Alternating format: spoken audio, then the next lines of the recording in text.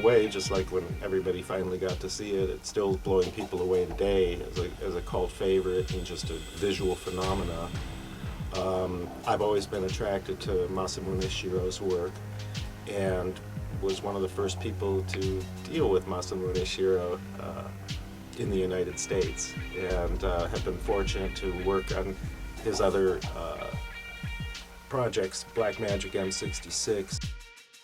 I grew up reading Philip K. Dick and science fiction, and which finally developed into a cyberpunk movement with William Gibson, and it was just, I was very primed for it because I knew everything that was going to happen in the future because of these fine writers.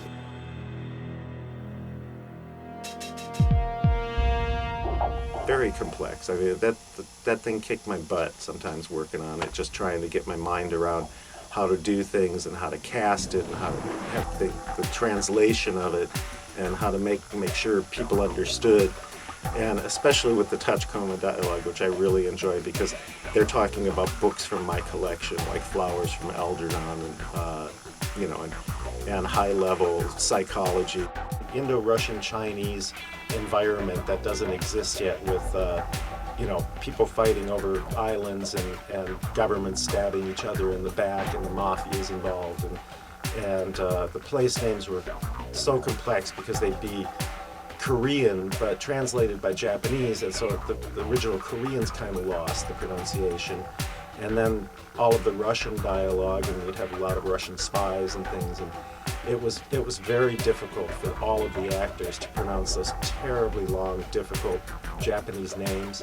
And poor the actor who plays Chief Aramaki, sometimes had to do those simple lines with just one foreign word in him. I had to do them like 20, 40 times, and I felt so horrible putting this old man through these just terrible hoops, and he would get so frustrated because he's such a perfect actor, as you all well know, but he really had to struggle with that, and did the whole cast. I found Mary one day, I don't remember how, and she was just perfect for the role. Well, I had been acting and directing for Zero Limit Productions for a number of years, and when they heard that Ghost in the Shell had a series coming out, they said, "We want you to play it." So I don't think they even, maybe speaking out of turn, but I'm not sure that they had auditions. I think I just sort of came in and we recorded some, and then they sent it off and said, "That's it." I was in the original Ghost in the Shell movie, actually. I came and auditioned for Kevin Seymour, and happily got the part of Batou, and I've been playing him ever since, and really loving it and enjoying it, and hope I go on playing him forever.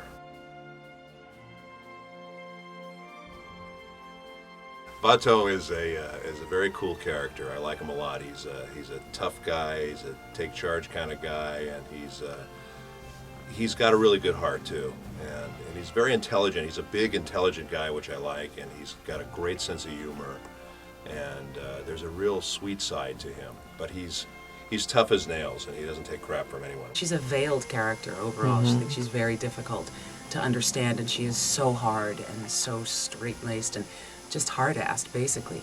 But as you sort of start to peel away the layers of her, you realize that there's so much more going on underneath her, and that there's a real passion to try and figure out who she is. And sometimes I think she doesn't even know what she wants. She dives into the net for years to try and find something, and I think all along she was really just looking for Batou, to be honest, and that relationship that they have. The most interesting thing to me in the movie, especially the first movie, was that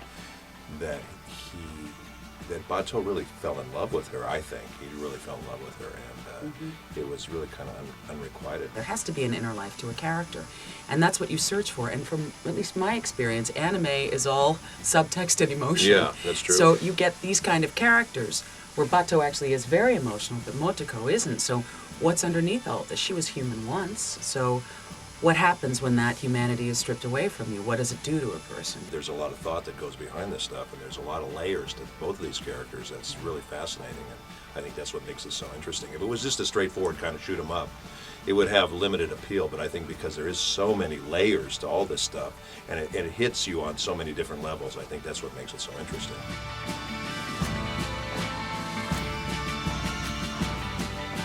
It was very hard to figure out with the whole setup with the kidnapped children, and it was a little complex to figure out which government branch was messing with which other government branch who was not really that person who they think they are, and they were really in the body and died years ago. So it was a very complex story. I know as far as the story challenges, it had to do a lot with what's going on in Japan right now, with the aging senior population in Japan. The other thing is the population decreasing in Japan as well. So we had to kind of keep that in mind. 今日本では少子化と高齢化がすごく大きな問題になっていて、要するにその少子化が進めば将来はその高齢社会を支える子どもたちがいないということで、そうするとメディケアの問題とかそういうものがすごく今危惧されてる、心配されてるんですよ。政治的にもその問題をとにかく何とかしようということで今大きな課題になっている問題なので、だから日本でもゴーストを見る人、社会現象を分かっててそれを見る人は何かこれじゃいけないんだって問題意識を持ったりすることができたんじゃないかと思うし、それが神山監督の、ある程度のその映画をソリッドステートを作るにあたっての意図だったんじゃないかなっていうふうに私は解釈してるんですけど。I think with Motoko, it's a lot of what we talked about is that she had been gone for so long and searching for something, and we don't really find out until the end. And she's been doing her own investigations, independent of Section 9, and searching for something. And at the end, she comes back. I think she comes back to Section 9 at the end. It's undetermined. I would like to see the two of them in a situation that they couldn't get out of, and they're sort of forced to confront each other. But it would be interesting to know where she has been exactly and Yeah. what she's been doing exactly. Because we kind of know, but we have no idea how it's affected her or anything else. And is she still being paid by Section 9 and why she's running around the internet, or is she freelance, or what's the deal? Freelance. She always shows up at the end and helps them out, and I don't know. Does she bill them for that? Does she invoice them for that? Yes. I'd like to know these They ask her for a questions. bid, actually. I think the fan base in Ghost in the Shell is expanding. I mean, just like it says, it's the net. It's this huge web that just keeps growing and growing as more people are involved. They're gonna say, what is this show? And it'll increase the audience base. And as far as how it's affected things here in the States, you had the Matrix movie, you had lots of other movies which I've seen influences of Ghost in the Shell. So it's expanded other mediums as well. I can't imagine, but I'm sure it'll always be inventive and way ahead of its time.